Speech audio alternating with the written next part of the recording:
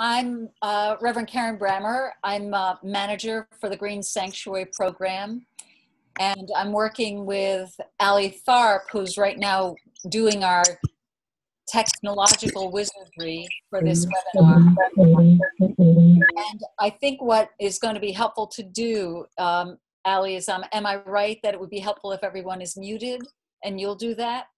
Great. So is revolutionizing.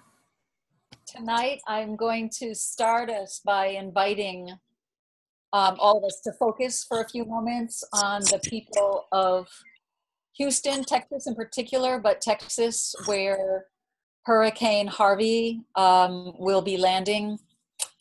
Remembering, as Ali shared with me, that it is often the case that in Houston, it's the low-income parts of town that are hardest hit and have the greatest difficulty.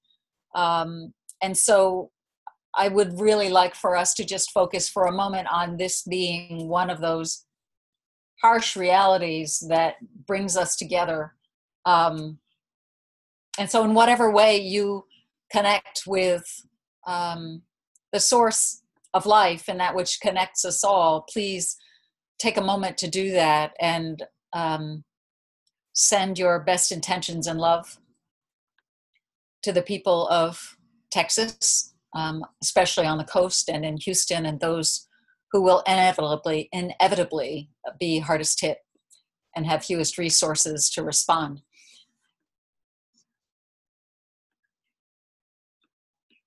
So I thank you and welcome you. The series of environmental justice practitioners webinars has evolved over the last year or so with Ali and I working together to develop a resource to help particularly Unitarian Universalist congregational members and activists to learn the skills, keep learning deeply about what it means to shift out of an expert mode or a charity mode around environmental justice and learning what it looks like, what it takes for each of us individually and as communities to build the muscle, to build the practice of being in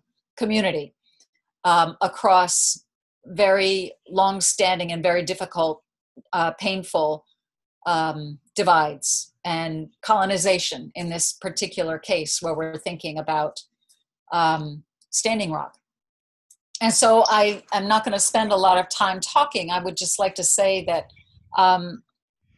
Johnny Asserin has said yes to being with us tonight. Johnny is the International Initiative for Transformational or Transformative Collaboration Director. And I'll let him say what he would like about that's the INITC. And Reverend Karen Van Fossen is a dear colleague and minister for the Bismarck Mandan Unitarian Universalist Fellowship and Church in North Dakota. And I had the privilege of, in whatever way I could with my skill set, support the work that the Bismarck Mandan UU Fellowship and Church were doing, and Karen in collaboration with Johnny Asserin in particular. So without saying much more, I would like to welcome both Johnny and Karen, and I'll anticipate, Ali, that you'll jump in if there's anything that I have forgotten or we need to be reminded of. But again, thank you, Johnny and Karen, for sharing your experience with us. This is an important process that we're engaging in that I think will be a lifelong process and rich. I'm very, very grateful that we can learn from you. So, Ali, are you ready to shift over the slideshow opportunity for Johnny to work with? I think, Johnny, you have what you need and we're ready to go. So, yes. Thank you. Johnny has started the screen sharing. There we are.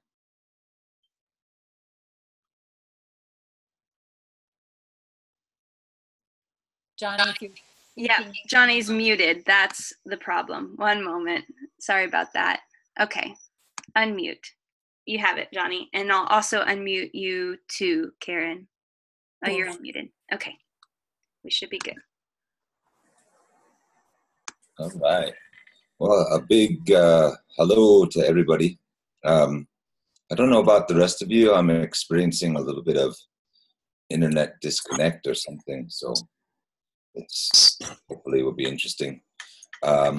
Thanks for the opportunity, and as always, I always like to say thanks for everybody being here. You don't have to be here.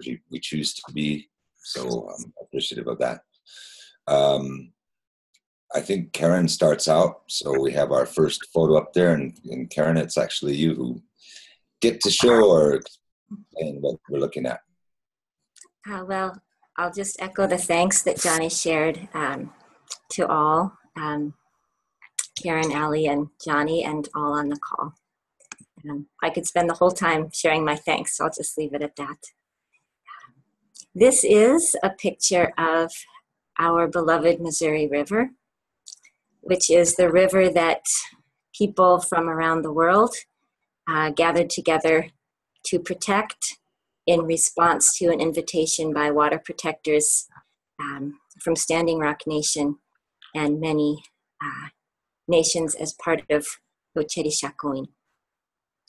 And I think, Johnny, you were going to take it from here, or would you like me just to take it now? No, we can do both, but I think it's good for you to tell them you're looking at North Dakota and the rivers that you know there. Briefly for everybody, it's all these slides are pretty self-explanatory. These are the original treaty lands from 1851 for which Dakota people had received in perpetuity, which included, so Karen, you can point out where we were and where you are. Yes, so if you see there, just at that northern part of the Great Sioux Nation, or Lakota, Dakota, Nakota treaty lands, where that Heart River meets the long one, the Missouri River, that goes roughly north and south. There at that confluence of those two rivers is Mandan, North Dakota, and just across there is Bismarck. So we are here in Bismarck, just at the edge of treaty lands that belong to Lakota and Nakota people.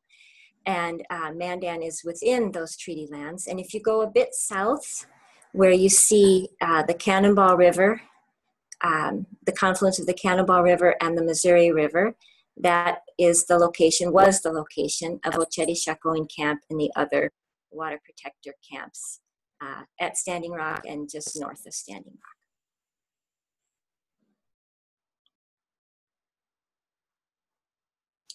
So now we're looking at the what became referred to as the Black Snake, or the oil pipelines that were moving across the Lakota, Dakota, Nakota territories. The dotted line that you see was the original pipeline route, but it was nixed by regulators because of concerns over drinking water for people in Bismarck and Mandan area.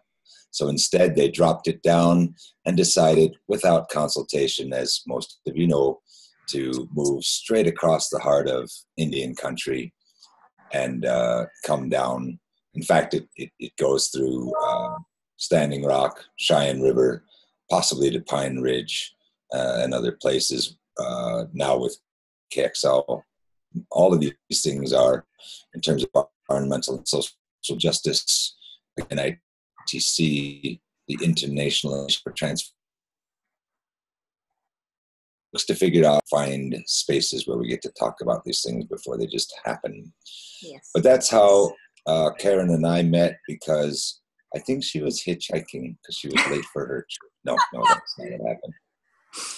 We're in Oceti Sakowin camp, and thousands of people, as most of you would be aware, came sometimes 10, 12,000 people at once.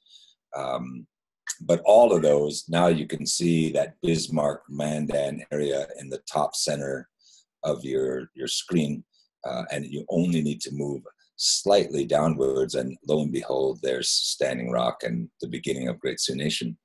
So that was the areas. I think it's also interesting to note that when you look at Standing Rock, which is the darker gray, and you look at the unceded territories from 1851, they're still battling over those trees. You see that a lot of land and where them went in the end is all Indian country, and the smaller part, the Bismarck Mandan, are the ones who directed its change. So another interesting image to keep in your mind. I think another interesting note is that when these things happen, they bring up many issues. It got down to just a pipeline, supposedly, but of course, as you all know, working in these areas, it's never that simple. This was just a reminder photo. This is what we went through last winter, and I know when we get there again for this winter, all of you who are currently on this call will join us. Okay, thanks. Bring lots of firewood. So this was Chechichakoin camp in the middle of winter. You guys are about to leave. 15 till. It's up to you, Karen. All right. Just briefly, since our congregation as a whole has really become part of the Water Protector movement and been deeply in solidarity as central to who we are, we've been asked many times to reflect on some of our learnings about being an ally, which I think is of use for any of us who are doing social justice or environmental justice work to reflect on being an ally, because inevitably, in my experience, each one of us is working for justice, not only for a group that we clearly represent. So each of us is in a position, particularly in terms of ministry for the earth, of being an ally. So we have learned from Black Lives of UU and from direct experience at Ocherichakoin camp with Johnny and other people, the importance as allies of following, presuming less insight and more responsiveness. That being an ally, in our experience, is very much about being responsive to answering a call. And here are some of the people in particular who have been, to whom we have followed. This is a picture of Johnny. And following this is a picture of Rania Hoblet, Rania Gallego Hoblet from our congregation, the person who originally called us into solidarity. She is a Lakota person, Oglala Lakota. Another important point is the real physical aspect and spiritual aspect of being an ally, which is literally to be there, to put our bodies where bodies of those with whom we are in allyship are located. And these are moments in time of being there in our community and around. And here I think are some more moments in the next slide. These are interfaith prayer gatherings. And then the call to Standing Rock was probably, for interfaith prayer by Chief Arvo Looking Horse, was probably the time when our relationship was truly forged with Johnny and with INITC and many others at Ocherichakoin camp. We collaborated to support and encourage people from really around the world to come and pray together. And it's one of the most unforgettable days of my life, and I could talk about that endlessly. And then finally, it seems obvious, but it's worth remembering and worth giving space to expect mistakes, that we live and we learn, and that's not always, though sometimes, in my experience as a Euro-American person, a white person, I'm making mistakes because of the ways colonialism has shaped my mind. And sometimes I'm making mistakes because I'm human and I come from a different culture, and I learn as I go. And I think Johnny and I were interested in, maybe we've got a slide next about this, or maybe so we recently shared a presentation about transformative collaboration and the ways that we each have found collaboration to be transformative. And so as we share a little bit of that before we go on, we are offering a picture of the river and the camp. That gives me a lot of joy to look at that. So Johnny, I'll turn it over to you for a minute, and so I can come back. Okay, thanks, Karen. Quickly to introduce then, we talk about social and environmental justice and Tshetshe-Chakoin Camp and beyond.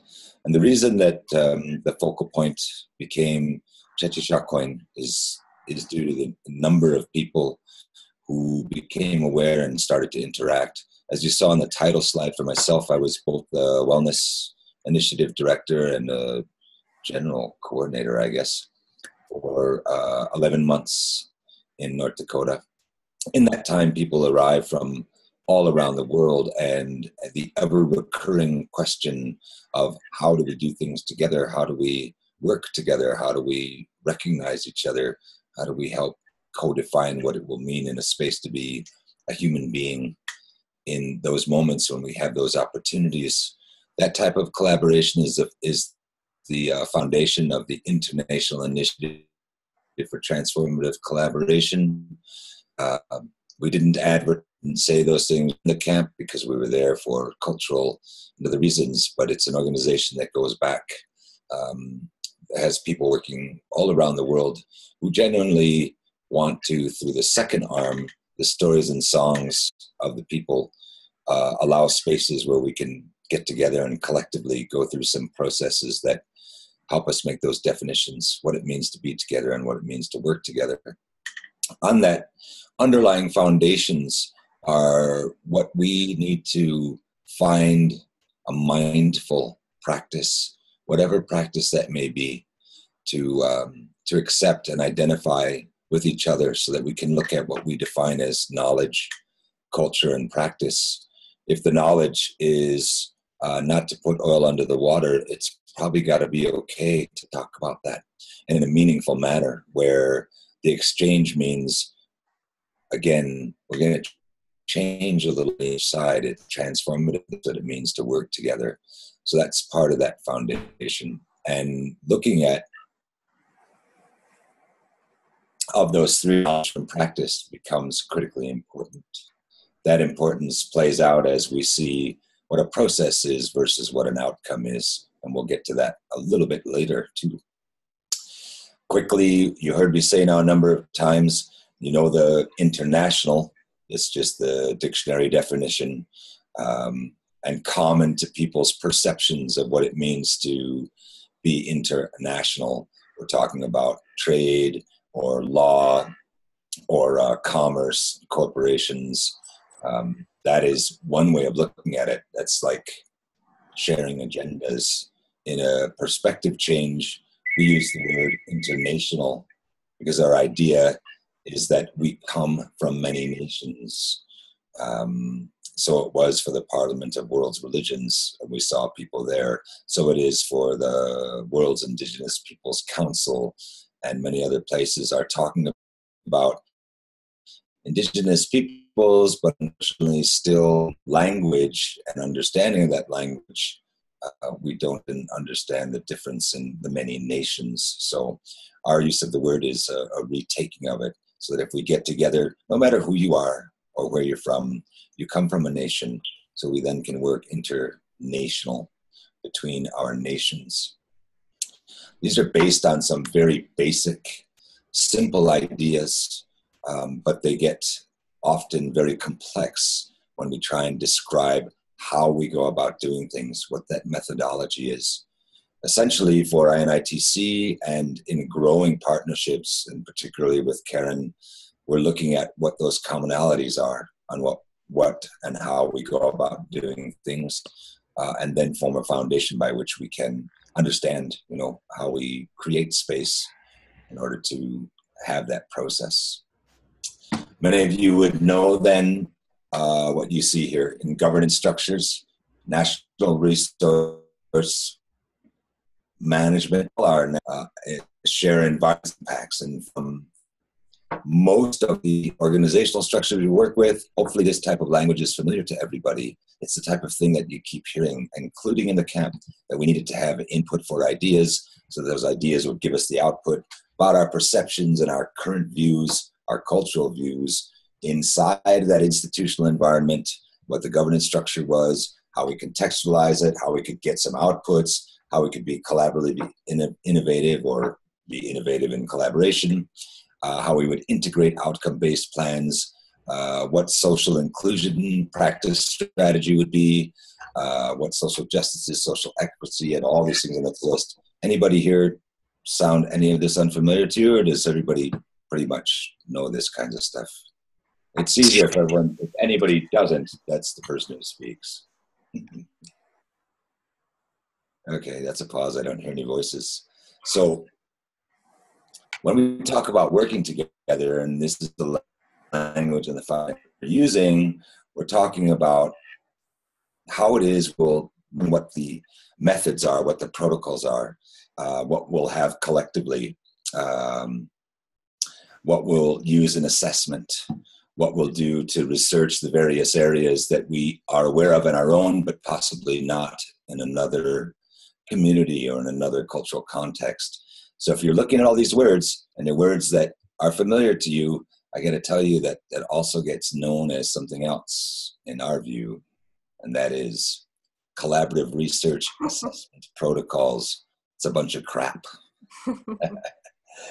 And that's what it spells, and we do that purposely, because all of those things that we saw in that previous slide have become the talking points that we build an outcome-based set of ideas and methods on. But outcome-based is not a process. You already know where you're going to go. So our idea or our understanding in this collaborative transformation is that we need to remove ourselves. If that's comfortable, for many people it gets lost. That's why we now have a pipeline under the water. So again, we go back to this idea of how do we work together. And here's another model about reflecting and then planning and then acting and then observing from that, then reflecting again and planning and acting. Again, I've seen this types of models where people describe that as working together. And ask yourself quickly, is that something you would identify? Because our model's quite a bit different. Our model is about what it takes to understand our four directions, to understand our emotional, our spiritual, physical, and mental implications for our programs. Again, a little bit different. Inside of that, then, we have a very key component that we call cultural safety. And that cultural safety is critically important because each person from one nation needs to be able to feel that safety. It moves around in the emotional, spiritual, physical, and mental realms. And our mindfulness for those realms are what help us get to that space. So we like to share interactive ideas of expression of what we see as feeling safe in any situation, in any group. Gee, I don't know where the flute music's coming from. That's pretty, I'm not even playing. So, Karen, maybe you want to tell about this one briefly, because you liked it. Yeah, I like it.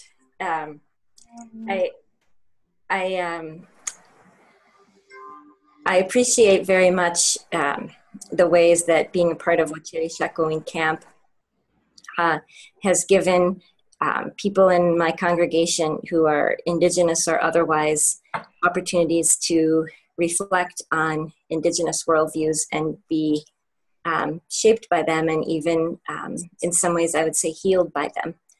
And the synchronicity of having 7 UU principles that have some conversation with 7 Lakota values and 7 principles of Indigenous worldviews is very promising to me.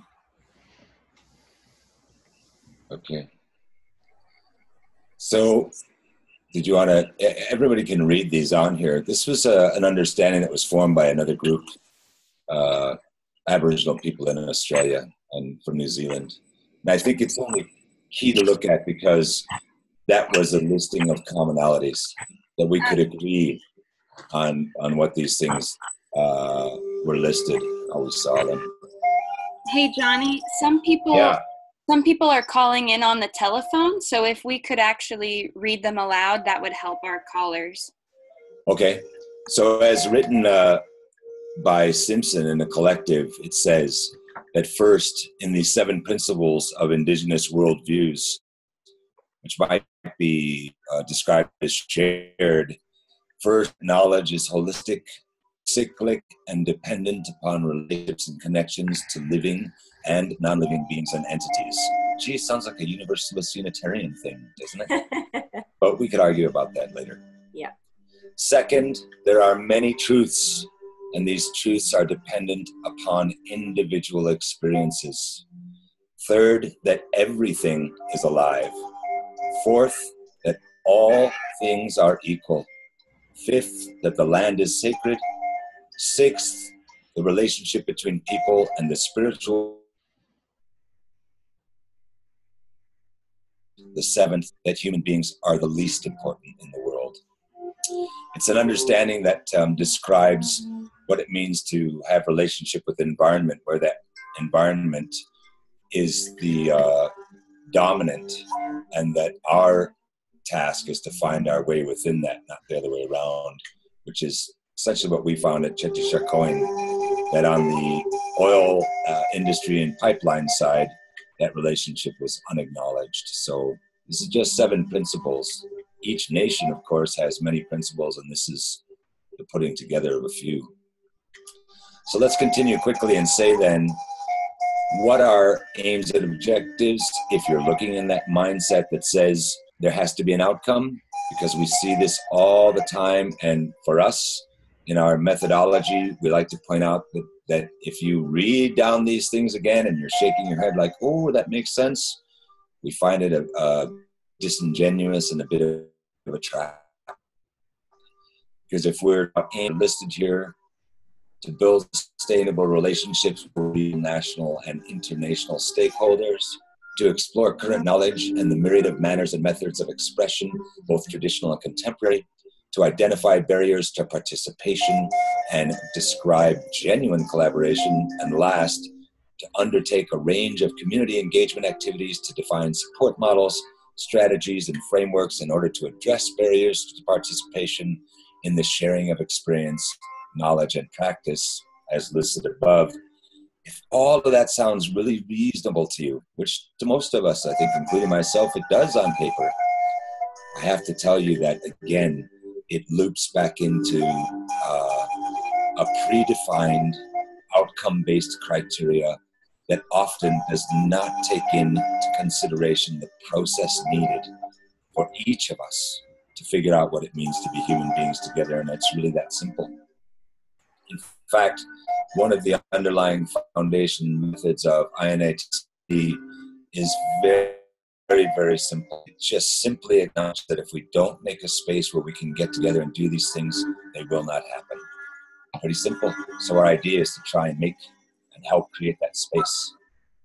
That idea of space becomes important then, because we come to something that we like to call the third space, and in this sense, the third space conundrum. You see that there are 2 overlapping circles here on this frame, and you see that there are arrows from both main circle showing that movement from one side to the other, from one side to the other, this exchange going back and forth. So in your mind now, Imagine that on that left side is all the non-Indigenous space, all the institutional space, all the organizational space as you may know it in your way of understanding and the way of learning and the way you were taught. So back up a sentence. In this area we're talking about now, this third space conundrum, I'm asking everyone to imagine if you're on the phone, you have to put two circles, one on the left and one on the right, and then overlap them.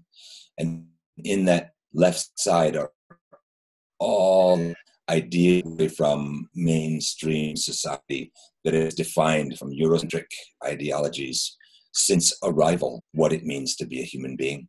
And in those things are the manner by which we're supposed to learn it in education, the manner by which we're supposed to practice it in terms of law, the manner by which we're supposed to believe in it in terms of faith, all the ideas that you may know from your own perspective. That's a yellow circle on the left. On the right, we have this red circle, and that's all the people for us of all red nations, and a different manner of understanding our purpose and our immediacy of need. So that when Europeans arrived 500 something years ago, they didn't see exploitation in North America. They didn't see exploitation in Australia. They didn't see exploitation across Africa. They saw untapped resources and by and large, ungoverned peoples because they did not recognize systems of governance.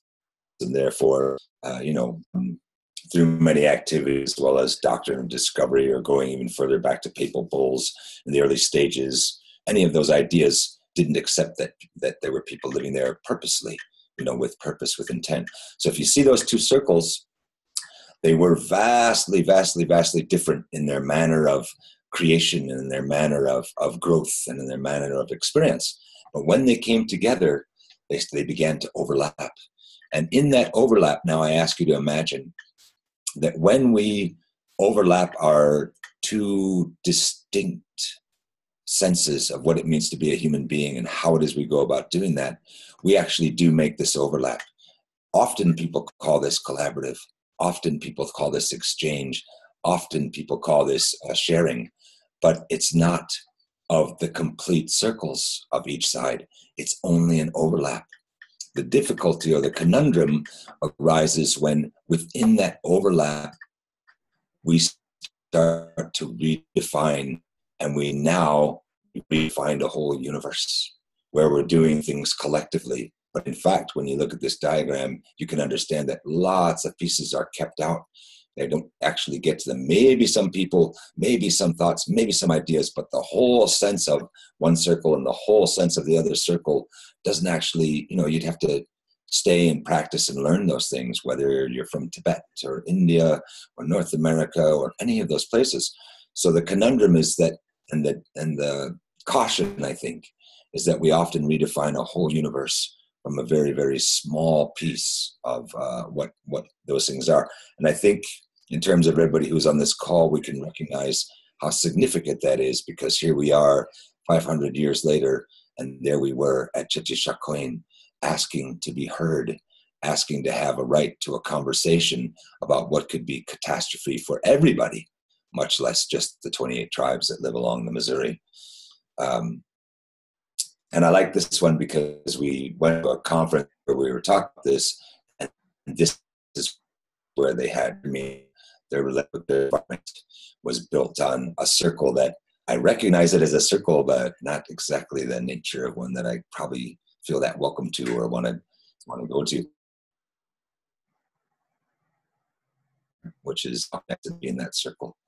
If we go back to that other slide, that's what I mean by overlap. Both of us, or all of us, might know what it means to have concentric circles, one inside the other. But the manner by which we perceive, thus the manner by which we conceptualize those things, can be very, very different. So that's a manner of sharing and defining then what it means to do some things together. This relationship with environment becomes critically important.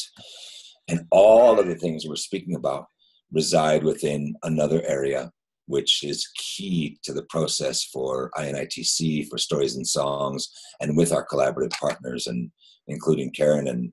And you can say this as easy as I can, Karen. Maybe I'd like it if you do, because I like when you speak about decolonizing conversations.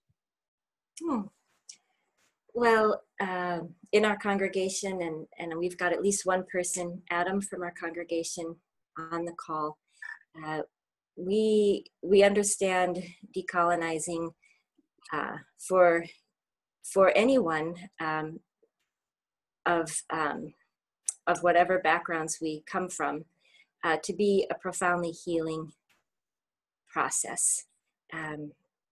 And so we engage at many levels.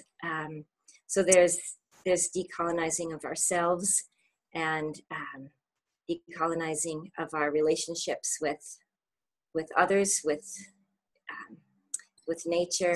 And part of this, in terms of cultural safety, for me really relates back to what Johnny was pointing out with the third space. There are, we come from different cultures, and we have some overlap. And for instance, at Ochedi Shakoin, at the Sacred Fire, many people would be gathered there, and we were welcome. We were invited in a very clear and literal way to be a part of that and to be in that place. And as I stood there, many times I witnessed Lakota people and other indigenous people singing and dancing and sharing prayers. These were all something I was welcome to witness, particularly the singing and the dancing wasn't mine and didn't belong to me. And for me, an important part of decolonizing is understanding that there is much beyond that shared third space. And as I stood there and felt the grief of longing for those traditions in my own inherited culture and cultures, that was an important part of being an ally and of doing that decolonizing within myself, rather than expecting that someone else who is inheriting traditions might take that responsibility for me, that it's my grief and I get to have it and go through it.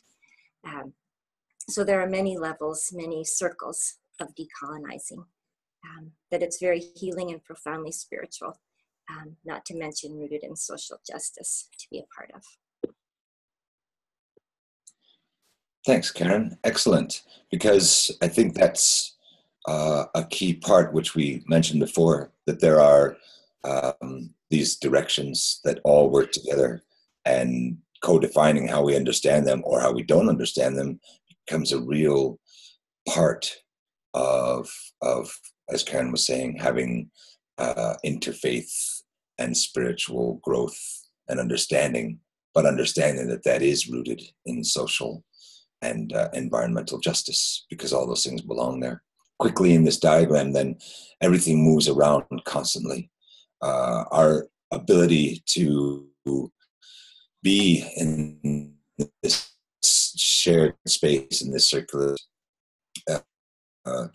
means that we have the help impart and make that space better as we work together. The Eurocentric, Eurodescendant ideas now reside with First Nations peoples around the world. We often like to say it possibly isn't how we think versus what we think, but we'll look at that in another minute. In the nature-centric, we're talking about what it means to be earth-focused, and in environmental and social justice, I don't understand how those can be excluded. Sometimes they are, though. How we have sustainable landscapes, which means sustainable communities, all of our communities, means we need the recognition of those other knowledge systems. First Nations people around the world have extraordinary knowledge for their environments, because from their environments arose the people, from which arose the language, from which arose the practices to celebrate through that language, that environment. So the relationship with the environment is extraordinarily important, because from just a natural delineation. When people arrive from another space, they don't know that space. And it's good to get to know it and have people there tell you. It's interesting because if I travel to Europe, every person in a different country in Europe will not like me to define them as a European. They will want to tell me, I'm French, I'm Irish, I'm whatever those things are, all the way down, they'll do that in their own way. And yet not understand what it would mean to come here and try to understand it. Then they see America, but not Native America. So all of this is the courage to look at decolonizing ourselves, the language we use, the history we have, and what we want to collectively do to possibly relearn or retell how we got here. This is a quick, fun one I kind of like. Anybody familiar with Isaac Asimov, his Foundation series, I, Robot, and all of those? Remember, there were 3 laws of robotics that we reading about robots. It's about us, and it says a true human being may not injure the earth or through inaction allow the earth to come to harm. Imagine that was one of our tasks. A true human being may obey the laws of the planet except where such laws conflict with the first law. And a true human being may protect its own existence as long as such protection does not conflict with the first or second law. We were talking around one day and thought about it, and I kind of like that one. Because you imagine what it would be like if just those 3 simple laws were a shared tenet that we all had. Reminds me of another thing too, lest I forget. When original ships came across into the Americas, as you all know, Columbus was circumnavigating to try and prove that the world wasn't flat, that it was actually round. If we think about this in terms of perspective, if we just ask the First Nation, indigenous peoples that he met as he was first traveling out, he would have told them, "What, you guys think the world is flat? What are you talking about?" That's how far sometimes we can be in our perspectives. So we get to this last piece of asking, could it be that it's less a matter of what we think? Because like the previous slides that denoted all these different components to successful collaborative ideas, which are across too many writings and grant structures and community capacity building attempts, etc., could it be less a matter of what and more a matter of how? And our sense for INITC and our collaborative partners is that's the process that we're trying to define. The how of things, the process of things. How shall we be together? How shall we help to affect change? How shall we protect our environment? How shall we, work for that courage, for the mindfulness in our hearts and our minds and our spirits? So essentially that's what we're about. It's a brief presentation. We did want to mention we have quite a number of other partners we're working with. Interactive, I suppose I'd call them visitings and sharings that we'd like to come or gather people together. We do have a number of meeting times coming. We're inviting people to look at a few things that are on the cards. Thank you. Thank you very much. And our last, to explain that we have a collective summit inquiry, which will be running spring or summer, late spring, early summer of 2018. It's what we're working on now. It essentially has a polarized question, and that question is, do the rights of humankind, human rights, supersede the rights of our planet, of the earth? Or do the rights of the earth, often called earth jurisprudence, supersede human rights? We understand that there's not one answer or the other, but it's polarized so that we can have that conversation. These are some of the partners you see who have already heard and been a part of various components of things that we've done along the way.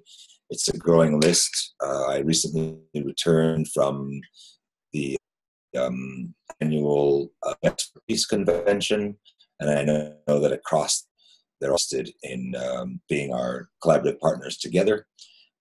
And we leave it now for questions or questions if you have about anything that we might be able to answer.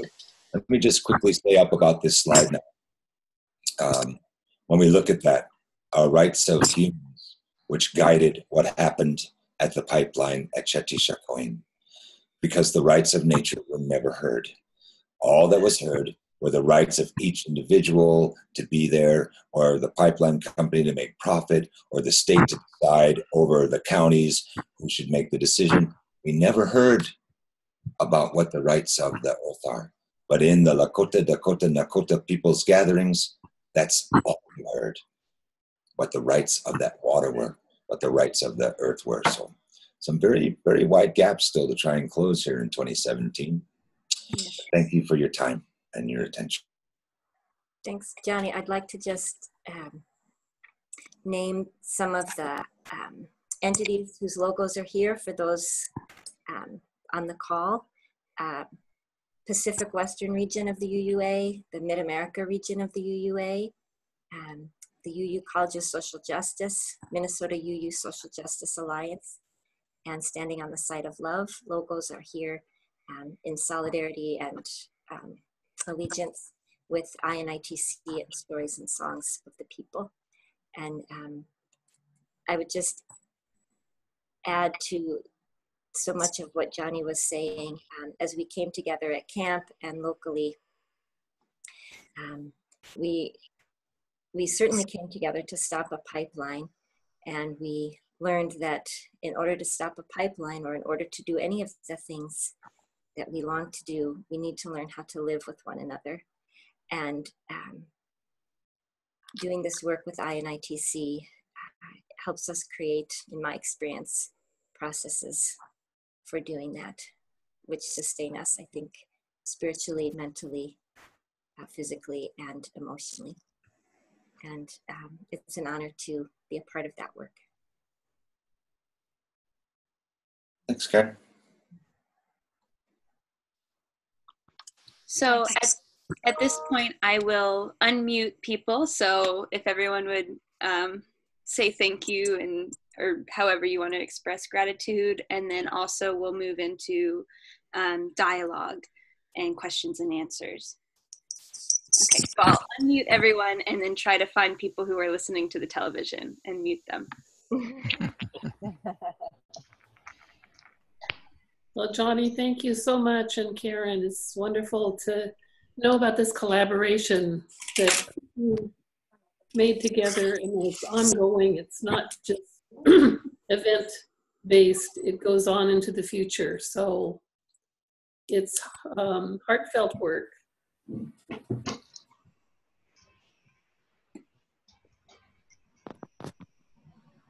And yes, thank you. if Thank people you. would make a practice of saying where you're from and your name, I welcome you to do that.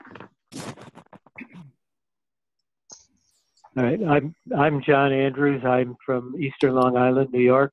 I was a little bit late joining the call. I wasn't able to get on with the computer. There was some kind of glitch, but I listened to the call. It was very informative and a lot to think about. Thank you. And I'm Catherine De Silva Jane from Northern California. Very moved by the intentions, the understandings, and I feel very grateful to have been here, receive this. I work with the Social Justice Committee at our church, the UU Church of Marin, and I work with the environment, with Elders Climate Action. And I feel that elders must get together and actually, we have a large organization, but it needs to have more, and we want to be collaborative with this kind of organization so that we all have greater power and greater say where it's important. But thank you so very much for this, Johnny and Karen, for your work. Does anyone have a question for Johnny and Karen? Oh, go ahead. I do. So I'm Jerry Hildebrand, and I'm in Salem, Massachusetts, and I'm the interim president for the Covenant of UU Pagans. And Johnny and Karen, thank you so much. And my question for you would be, how can we, as the Covenant of UU Pagans, who practice our tribal traditions of Europe and really are learning to work again in community, support your summit and your work, and I would love to have us as a resource, and you to know you as a resource for the work you do in honoring our earth and letting her voice be heard.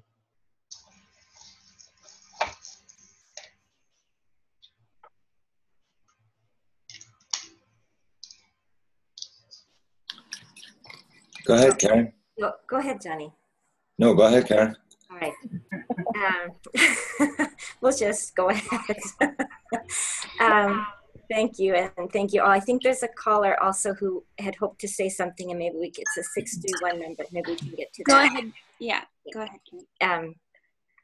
But I would say that certainly there are there are more ways to get involved than you probably really want to take a look at. We have very big dreams, and every dream requires lots of muscle. And we're convening another call among partners the first week of September. The second or third week of September, we will have a call that is specifically organized by and for Indigenous people who are UU or UU affiliated.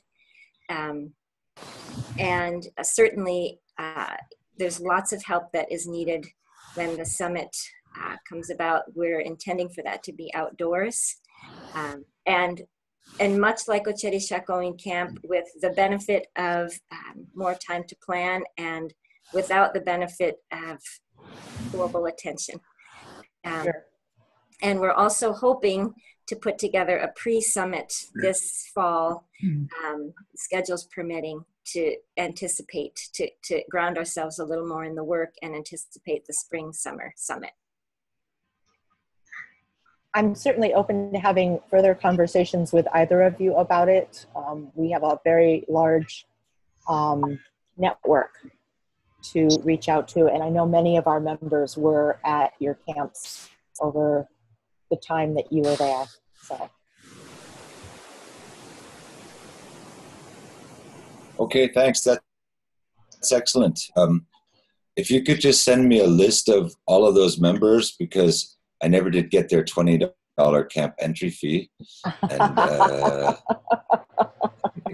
have to track them down. Just kidding. So it's just for everybody across the board. It's an easy one. You can find us at initc@icloud.com.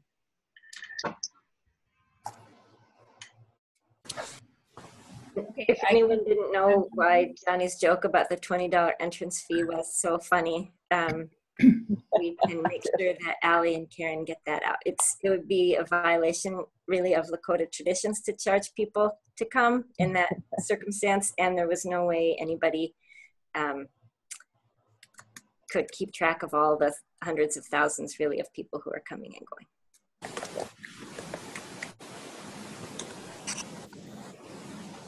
I'm Judy. I can say thank you now. Yes. Okay, I'm from a bunch of places in Portland, Oregon. First Unitarian Church, which is why I got the email to join, I think. And I'm also connected to several of the climate change groups here in Portland, and to a Buddhist community also in Portland. And I just want you to know I feel really heartened by the way at the Climate March time back in April, the main white, mostly white environmental organizations here in Portland stepped back and let the people who are going to be hurt first and their organizations take the lead in how we would do this Climate March. I thought that was just amazing and wonderful, that message of the colonization and the assumption that white people know best how to do everything was cracking here. So I think that fits in with the tradition of what you're saying here of we don't come with the answers, we need to be responsive and listening. And it just felt so healthy. So I'm glad to be here. Thank you. Wonderful. Thank you for that. And I just want to throw another thing out. But I think certainly being responsive is important to me as a Euro-American person, maybe striving to be halfway decent ally to Native people and friends. And I also want to say there does come a time when I also need to be ready to speak and share some of my UU tradition and other traditions. That it begins with a lot of listening, and there needs to come a time when there's also there's a willingness to risk sharing what is of meaning to me as well.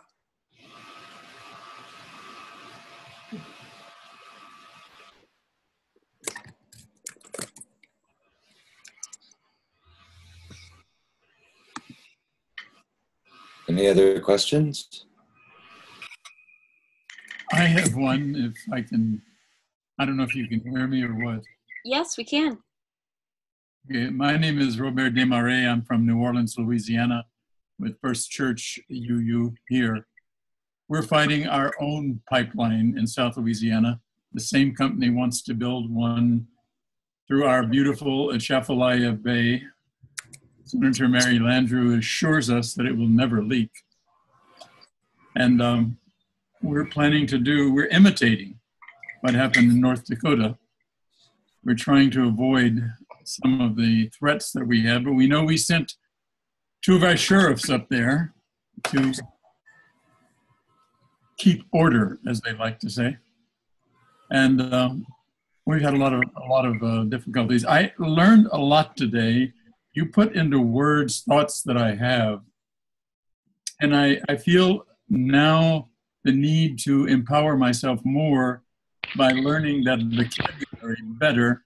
And I would really like to have some references or videos or books or something where I can go a little deeper than I have in this last hour, which was just, I've taken notes here. I've got a whole page in fine print, but I really need something else to clarify my own thinking.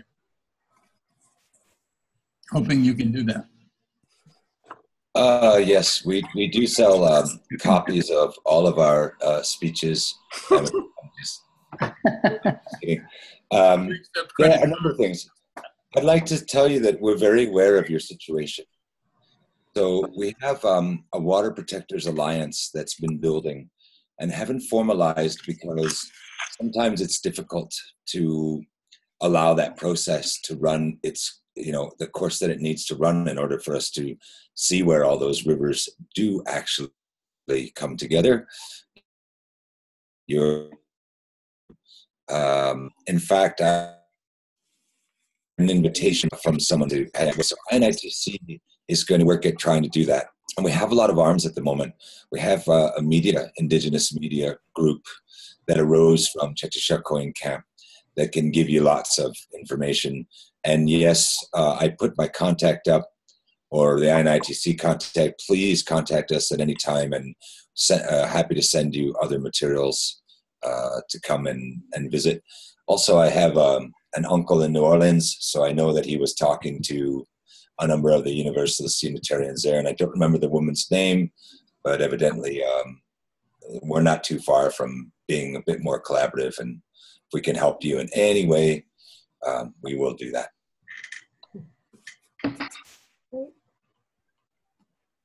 One thing I could offer on the subject of Energy Transfer Partners and being connected across the country with the, there's coalitions, there's multiple camps, because in Philadelphia, the Mariner East 2 pipeline is by Sunoco, which is a subsidiary of Energy Transfer Partners, the same corporation.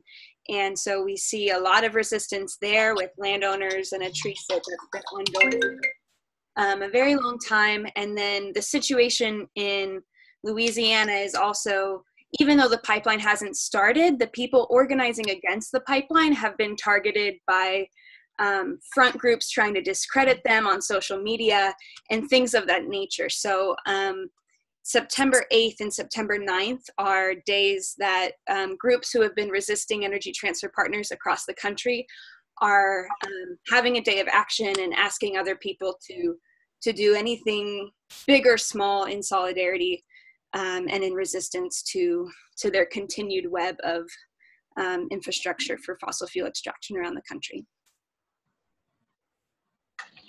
Thank you. And I might mention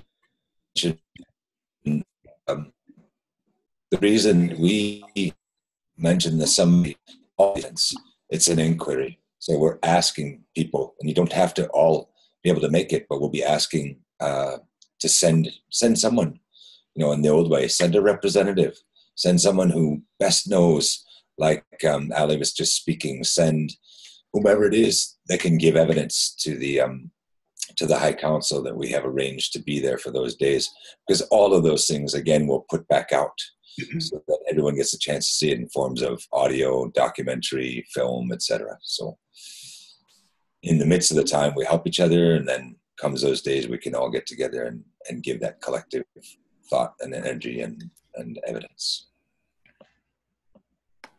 I would say we'll take one more question as a full group, and then I have some prompts that just to elicit conversation, and I think we could split into 2 groups of 9 or 10 people, or if there's voice from the choir to stay as one big group, we can also do that.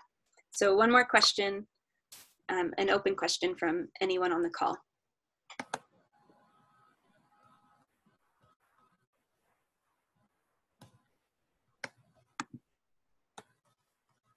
Okay, so hearing none, the 3 things that we thought of beforehand to ask, if I could find them, I'll just go off the cuff because they are hiding somewhere.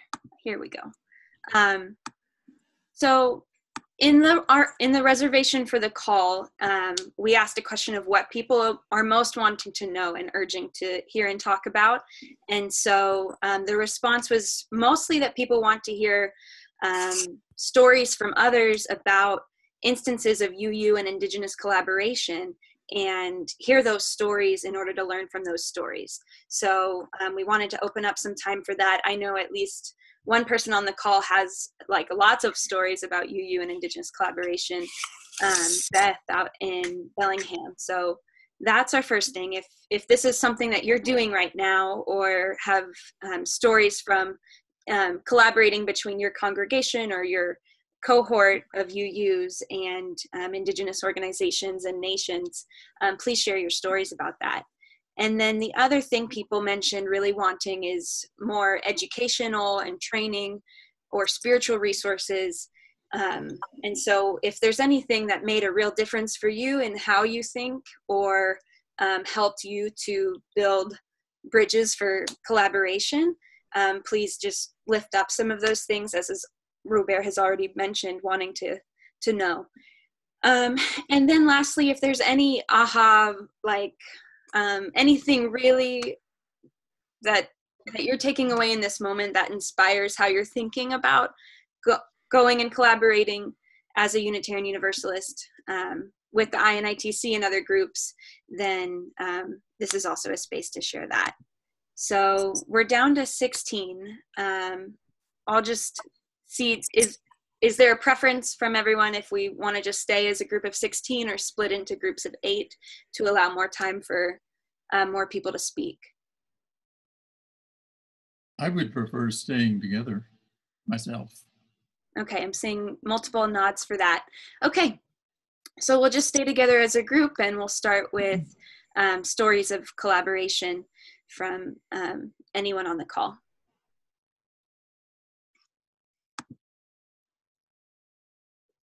Terry?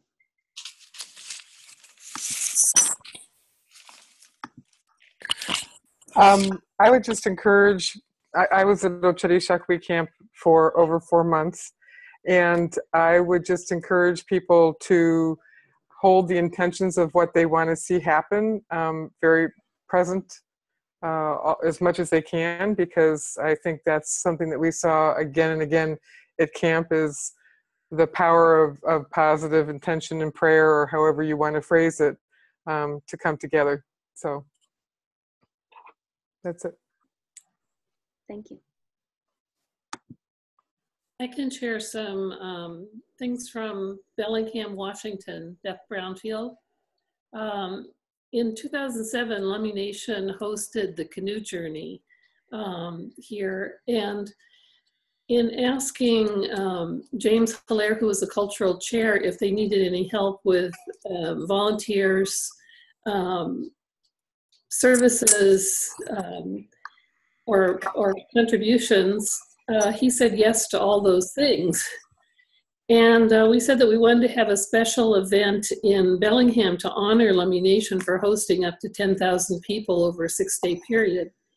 And I asked James what they specifically would like to be honored for. We thought it would be because they were feeding, 5,000 people for breakfast and dinner, and people were camping and such. And James was very thoughtful. He put his head down for a long time, and then he said, "We have never been acknowledged as the first inhabitants of these lands and waters." And I had just moved from Minnesota, and I didn't know the history of here, but it just was a stab to my heart to hear that had never happened. And so he said, well, the event that we have to honor you will be to honor the first inhabitants of these lands and waters. So he wrote a beautiful resolution that was signed by all the mayors of Whatcom County and the county exec. And we invited the canoes the local canoes to land. This is before the event happened the end of July. And we gave every single Indigenous person who came to that event, it was on the waterfront here in Bellingham, a copy of that acknowledgement. It was read by the mayor. And during the canoe journey, there were hundreds of volunteers that went out to work for Lummi Nation at their request, what they needed to have happen during the hosting. And we raised actually about $60,000 in a 6-month period to donate to Lummi Nation to support them. They're very expensive to feed that many people. We got donations of food, cleaning up, directing traffic.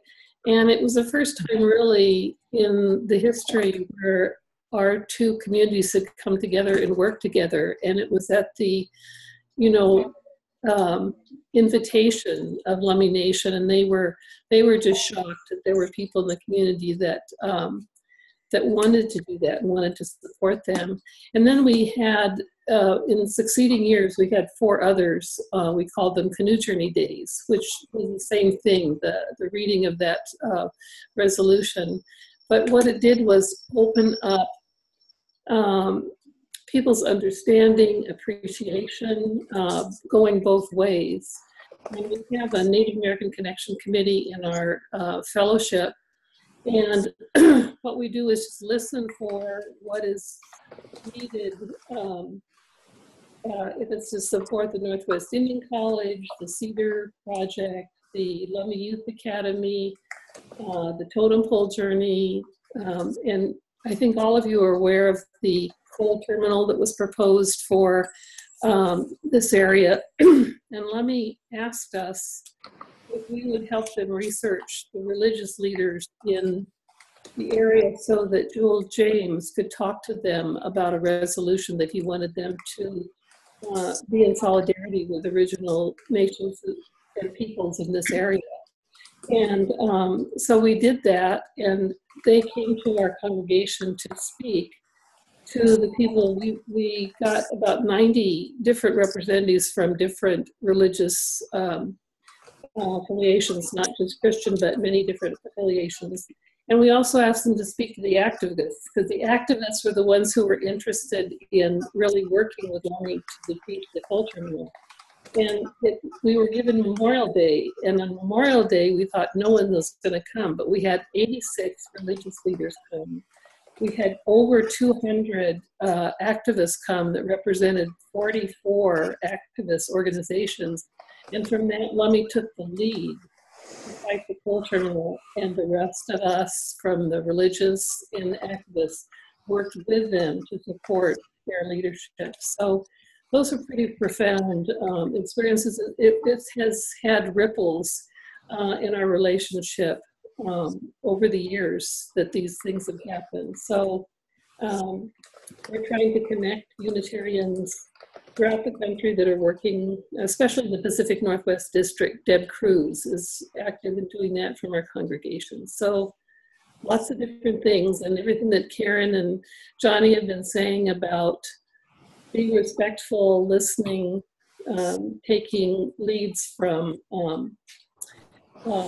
original nations and peoples instead of coming in with the ideas of what we can do has been key to what we've tried to do.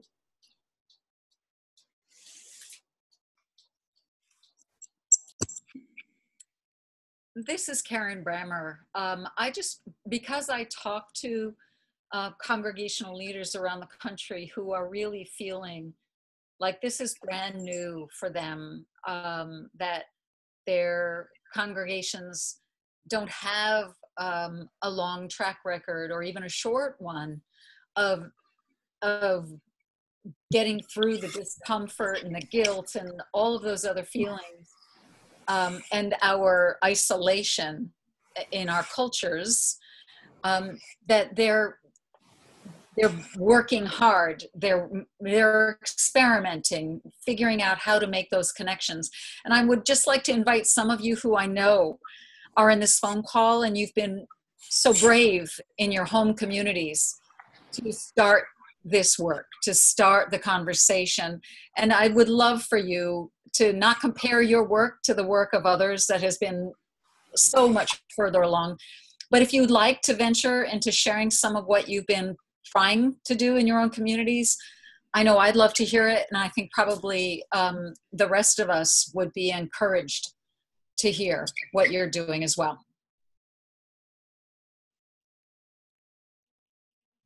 Terry.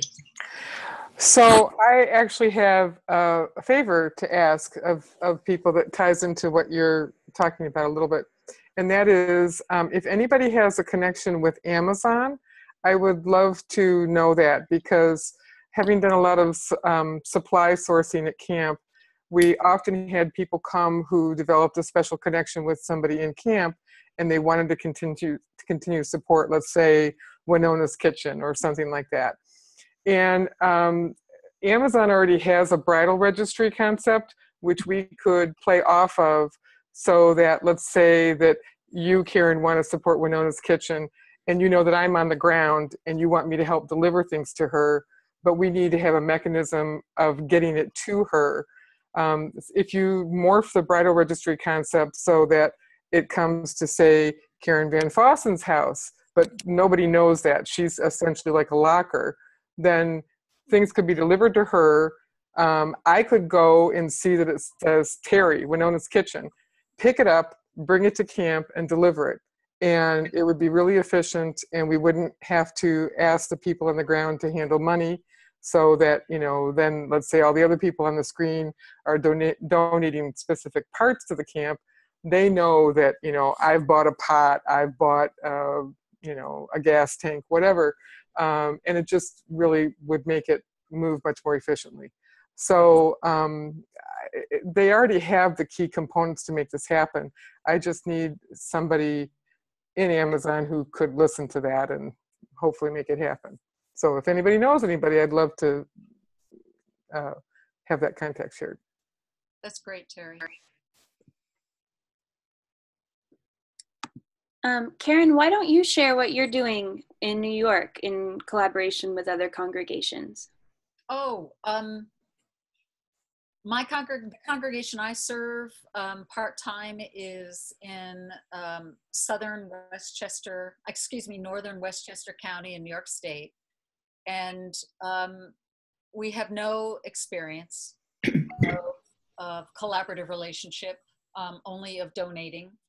And an hour south is a growing prayer community called the Split Rock Sweetwater Camp, which is the leadership identifies with Ramapo and Lenape. And there's a great deal of struggle with the local government there. My work with members of the congregation who feel a calling to learn how to be present and in relationship has been to start slowly building relationships, to educate ourselves, to read and be very aware that we need to decolonize ourselves, but then to just keep conversations going within the community of people who want to be able to be in collaboration with especially the Sweetwater Camp. And knowing we have a lot to learn, also we'll be creating 4 opportunities each year, we hope, to create a platform for leaders, Indigenous leadership, to tell stories to the larger community and to broadcast what is needed and build a coalition to try to do that, to be responding to those particular needs. And so it's really in an infancy stage with an emphasis on developing relationship, expecting to make lots of mistakes.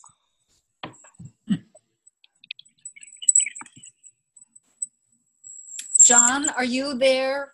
Are you on this call? I'm not sure I saw your name. From dropped off. New York State also. Okay, John may have needed to leave the call.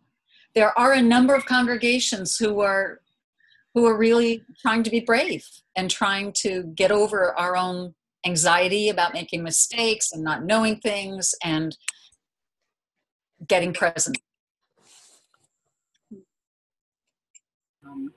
This is Adam Weiss. I'm with the Bismarck, North Dakota congregation. You a little closer to my microphone. That's great. Thank you, Adam. In addressing the issues of having anxiety and approaching communities that are culturally different from from the settler colonial society, essentially white people working with indigenous people. One of the things that in some ways is a little perplexing to me is how often I meet people who have never had anything to do with the various native peoples that live very nearby where they are. Bismarck, North Dakota is about, if you drive 2 hours in any direction, you will encounter a reservation. There's about 5 of them in North Dakota, representing over 10 different tribal nations. So there's a point where if we're as the kind of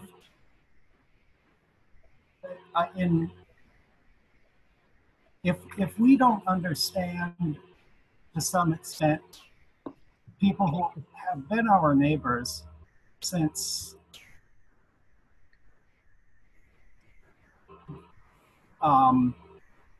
wherever we are in the country has been settled, that's really on us. And it's not been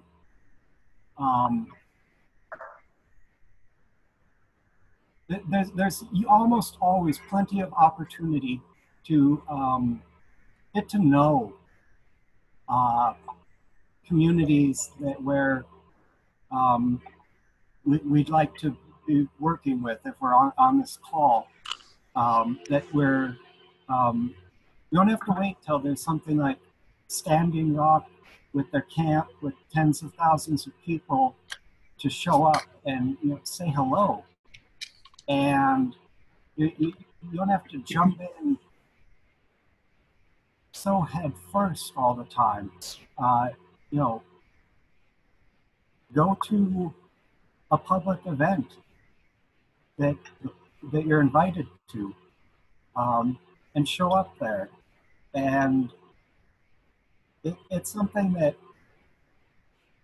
in some ways, I think it's not as hard as we make it out to be.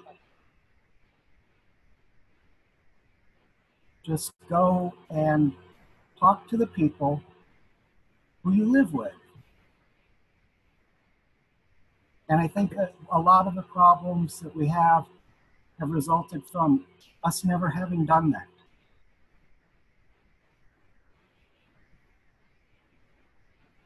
I think, yeah, it's something that even within our congregation in Bismarck, there are people, you go to camp, they had never been to a reservation before, lived in North Dakota their entire life. You have to start asking, well, have you ever left the county? Because that's how out of the way you'd actually have to go to avoid this sort of thing. And yet it is far too common.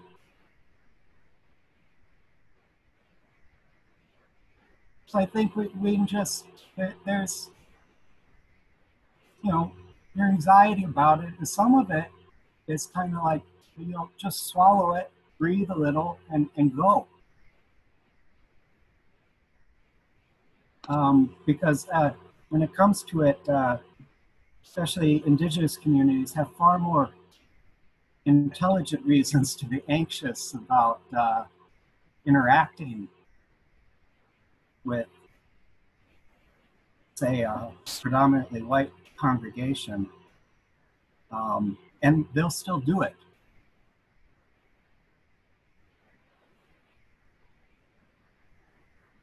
So, thanks. Thank you, Adam. Bravo. So we are reaching our time for our call tonight, and I think if we could do that last question as a bit of a go around in terms of, I'll rephrase a little bit. What are you walking away or clicking end call with in your heart and your mind? What has stayed with you from the conversation tonight?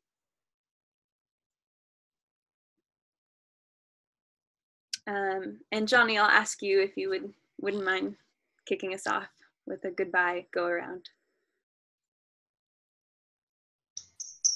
Okay, I didn't hear you that well for the question. Just what do you leave tonight with in your heart or your mind? So I carry this always, and whenever people make a space to come together, it becomes courageous and worth the recognition for each one of you that's here, for all your experiences that we haven't shared. So what stays with me is what we call acknowledging and recognizing our relatives. And that means each and every one of you is a relative. When we hear the ideas and the thoughts that are in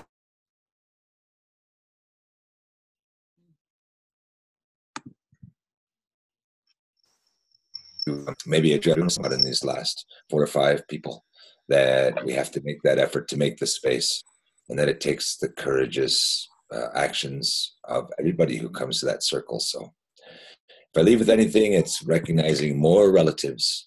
The more relatives we recognize each other, the more we can determine what we want to do together.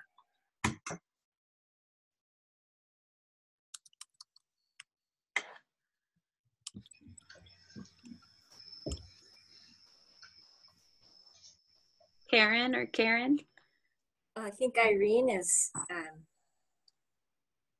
waving. Okay.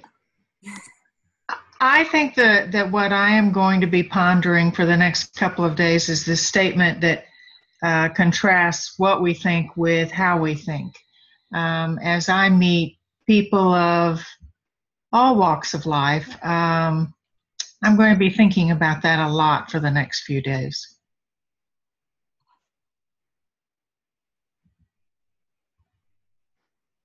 And thank you very much. This is a good program.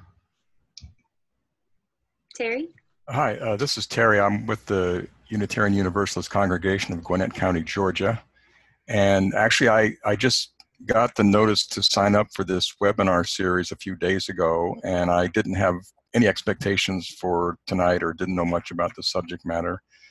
And I'm just carrying away that I'm just very, I don't know, impressed and have a heartfelt appreciation for what I heard tonight from everyone who's been directly involved in some of these efforts and sometimes confrontations. I have utmost respect for that, and I look forward to hearing more in the webinar series, and I'll be carrying this message back with some questions about how we can get involved in Georgia with Indigenous peoples. So thanks, everybody. Hello? Hi. Yes. We can hear you. Go ahead, Oh, Ann. okay. I'm Ann Gilmore. Greetings from Mashpee, Massachusetts, the land of the Wampanoag. And I'm a member of a UU church in Brookline, Mass. I do want to express my gratitude to Karen and Johnny and Allie and everyone who has spoken. One thing that really touched me was, I think it was Beth who mentioned in working with or engaging with the Lummi in Bellingham, and just what it meant to people to be acknowledged as the first peoples of that land. I know that always touches me when particularly UUs have conferences, or like when we had General Assembly in Providence, Rhode Island, and did not acknowledge that we were on Narragansett and Wampanoag land and honor where we were. And I hope that that does not happen again in 2020. That's all I can say about that. But I really feel that's something that every congregation could do, is to find out who were the first peoples on the land that they occupy, and to acknowledge and honor that. I think that's something very important. So, thank you. So I'm very appreciative of all who spoke. Johnny, sharing from your wisdom, experience, and Karen, the work that you've done and brought here today, and also the other Karen. Just wonderful, inspiring. I have not considered any actions or interchange or collaboration, but now I feel like hearing you all is very inspiring. I expect that I shall bring more of this to my congregation in Marin County, and take seriously the idea of looking at my neighbors and with greater appreciation of our first inhabitants here. So thank you very, very much. It was very, very meaningful program, and I would like to those slides that Johnny spoke from. I would love it if you would share those. Can you share those with us, Allie? I think so. We have to figure out how to share the file itself across the internet, but and that's really a question for Johnny, if you're willing to share the slides in web format with people. So Johnny, if you'd like to do that, we'd love to see them. I'm sure I'm not the only one. I don't write that fast. That'd be fine. Karen's in charge of all sharing with Unitarians, because I'm still waiting to hear what the result is for the change in the words of the first principle. So, until such stage, I leave all those things in Karen's. Great, capable hands, I'm sure. Karen Van Fossen, do you have closing words, or just something you're leaving with? Yes, I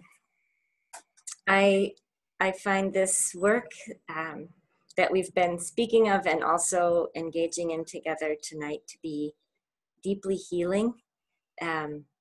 I think it is work that we need to do. It's work that I need to do. And so I'm full of gratitude and also hope that we came together and spent this time, and that we witnessed and contributed to one another's healing, not just the healing of other people, but our own selves. As important as the healing of other people is, our own healing also matters. And I'm grateful for the opportunity to have experienced that together, and to collaborate with my good friends who I was able to collaborate with on this call today, and new friends. Pamela, I'm not sure if you have a microphone, but you're welcome to type in the chat if you want to. And Robert, I know you said you had to drive across town, so you might not be able to speak, but if you can, I welcome you to do so. Well, I do have something to say that it has to do with Karen's remark about healing. A lot of the words I heard tonight touched me personally. And I think are important to my own Your healing. sound dropped, Robert. Can you hear me now? You're back. Okay. Back? Okay. I was too far from the computer, I guess. It was my own healing that's involved, and it's as though in healing myself, I can help. Well, I will heal the community, not help. I will just be there, part of the healing for us all. And that's why I want to plunge into this ocean that I don't know much about. And I thank you for setting this up, and Johnny for speaking as he did this evening. Thank you very much. Adam?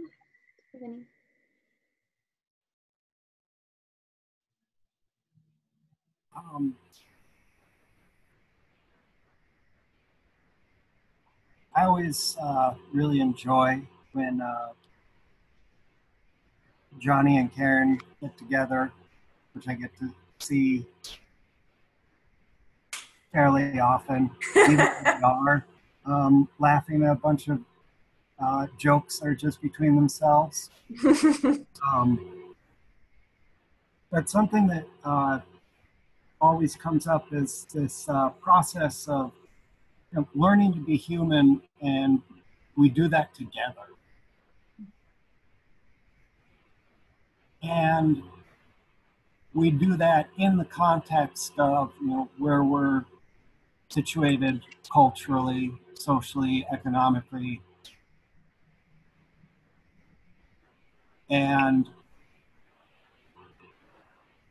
But we also do that on an individual level, but together in community.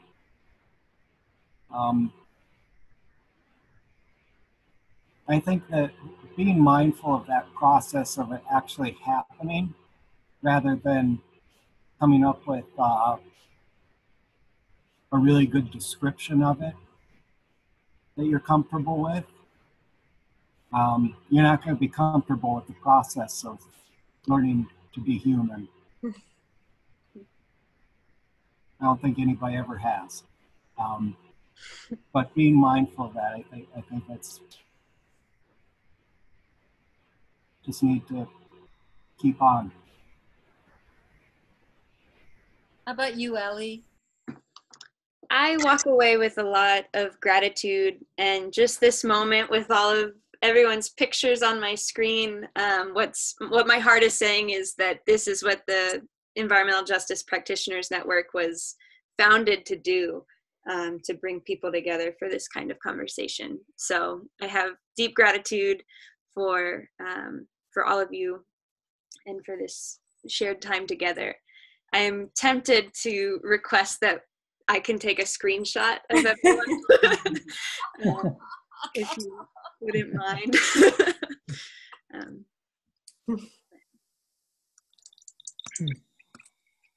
Okay. All right, everyone. 3, 2, 1. Thank you. Blessings all. Thank you. Thank you. we'll keep growing in our wisdom through all the mistakes and all the joy, all the beauty we create together. So we look forward to the next interaction, and Ali and I will be working on our next environmental justice practitioners network. And Johnny's final thanks of creating space. And we're grateful to have the resources to do that. And so good night, everyone. Be well and stay in touch. Blessings. Ali, I think you